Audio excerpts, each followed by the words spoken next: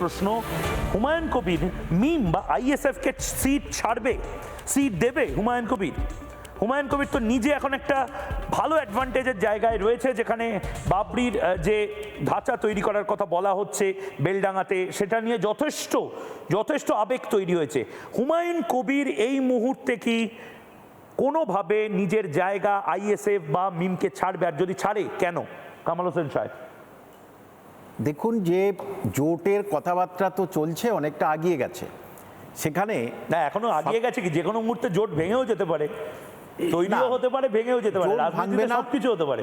না, জোট ভাঙবে না সেটা ঠিক, কারণ এই অপশাসনের হাত থেকে বিশেষ করে সংখ্যালঘুদের দেওয়ালে পিঠ থেকে গেছে। এখন সংখ্যালঘুরা জানে এই 26-এ যদি আবার এই সরকার থাকে তাহলে সংখ্যালঘুদের আরও বিড়ম্বনা শুরু করে দেবে এই সরকার। সুতরাং দেখুন, প্রাথমিক আলোচনার পর তারপরে যখন সিট নিয়ে পর্যালোচনা হবে, নিশ্চয়ই যে যেখানে শক্তিশালী সেখানেই তার সিট অফার করা হবে, এটা তো খুব স্বাভাবিক। এছাড়াও উত্তর, দক্ষিণ, মধ্যবঙ্গ সমস্ত জায়গায় সবাই মিলেমিশে আমরা থাকবো, সেটা একেবারে পরিষ্কার।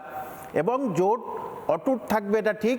কারণ দেখুন, 105টা কনস্টিটিউয়েন্সি মুসলিম সংখ্যালঘু অধ্যুষিত। সেখানেই যদি জোটটা হয় মানে হবেই, তাহলে সেখানে দেখা যাচ্ছে যে 80 থেকে 90টা সিট একেবারে নিশ্চিত। না, 80 থেকে 90টা সিটে আপনি বলছেন মিম, হুমায়ুন কবির এবং নওশাদ সিদ্দিকীরা থাবা বসাতে পারবে? মানে এটা আপনারা অকল্পনীয় কথা বলছেন না? না, একদম অকল্পনীয় নয়। যে 80 থেকে 90টা সিটে মুসলিম ভোটাররা তারা নিয়ন্ত্রণ করছে একেবারে।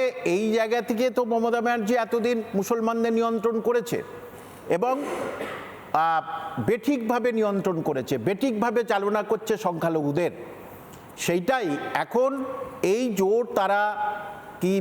জোট তারা অবশ্যইভাবে, আমাদের এটা কথা যে রিমোট কন্ট্রোলটা আমাদের হাতে থাকবে।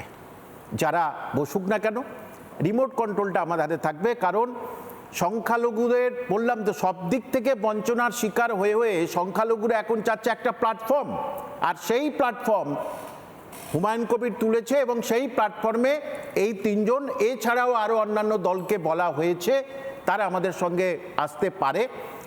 সেটা আপনারা জানুয়ারির মধ্যে জানতে পারবেন নিশ্চিতভাবে।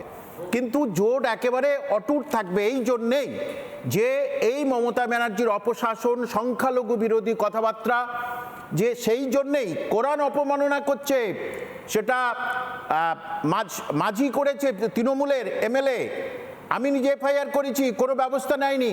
এদিকে অসীমবাবু করেছেন, তার বিরুদ্ধে 100খানা এফআইআর হয়েছে, কোনো ব্যবস্থা নেয়নি। তাহলে এটা আমরা বিজেপি শাসিত রাজ্য না এটা তৃণমূল শাসিত রাজ্য? সেইটাই বাংলার মানুষকে জানাতে চায় এবং সংখ্যালঘুরা একজোট হতে চায়। নানা ধরনের কন্টেন্ট দেখার জন্য লাইক করুন, শেয়ার করুন আমাদের ফেসবুক পেজ, সাবস্ক্রাইব করুন আমাদের ইউটিউব চ্যানেল। পাশাপাশি অন্যান্য ব্রেকিং নিউজের জন্য অবশ্যই চোখ রাখুন রিপাবলিক বাংলায়।